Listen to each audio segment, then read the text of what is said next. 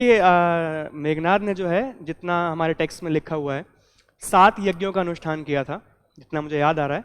अग्निष्ठोम, अश्वमेघ, बाहुस्वर्णक, महेश्वर, गोमेध तथा वैष्णव यज्ञों का जो है उसने अनुष्ठान किया था। एक यज्ञ का नाम मैं भूल रहा हूँ। तो उसके बाद जो है उसे जो उसका इच्छा अनुसार चलने वाला दिव्य रथ था वो प्राप्त हुआ था, जो निकुम्ला देवी की जो पूजा के बाद जो उसे मिलना था, जो जहाँ लक्ष्मण जी पहुँच गए थे और उसका यज्ञ जो है विध्वंस किया था। तो ये उसको जो है वरदान मिला था।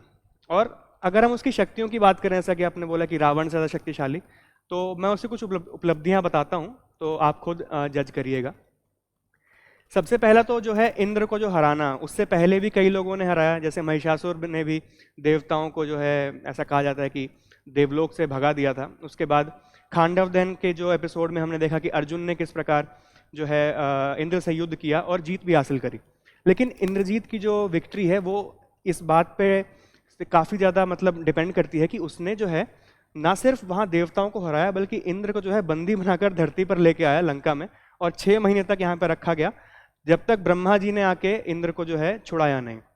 तो इसीलिए उसका नाम द वैंक्विशर ऑफ इंद्र यानी कि इंद्रजीत पड़ा। तो यहाँ से उसकी शक्ति का जो है हमें काफ़ी अनुमान लगता है। उसके बाद रामायण के युद्ध में जो रावण भी नहीं कर सका वो इंद्रजीत ने 2-2 बार किया। पहली बार नागपाश में बांधकर जो है श्री राम और लक्ष्मण जी को मूर्छित करना हो।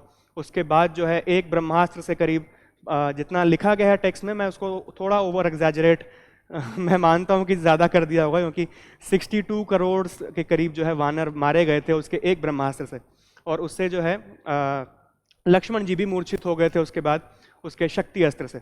तो यहाँ हमने देखा कि जैसे कई बार उसने जो है लक्ष्मण जी को 2 बार हराया और श्री राम को भी एक बार मूर्छित करने में सफल रहा। तो यहाँ से उसकी जो है पावर का अंदाज़ा लगता है। इसीलिए कहा जाता है कि उस समय त्रेता युग के समय और उसके बाद जितने भी युग आए, जो मॉर्टल वॉरियर मतलब कि जो धरती पे पैदा हुआ एक आम इंसान की तरह, तो उसमें सबसे पावरफुल इंद्रजीत को माना जाता है।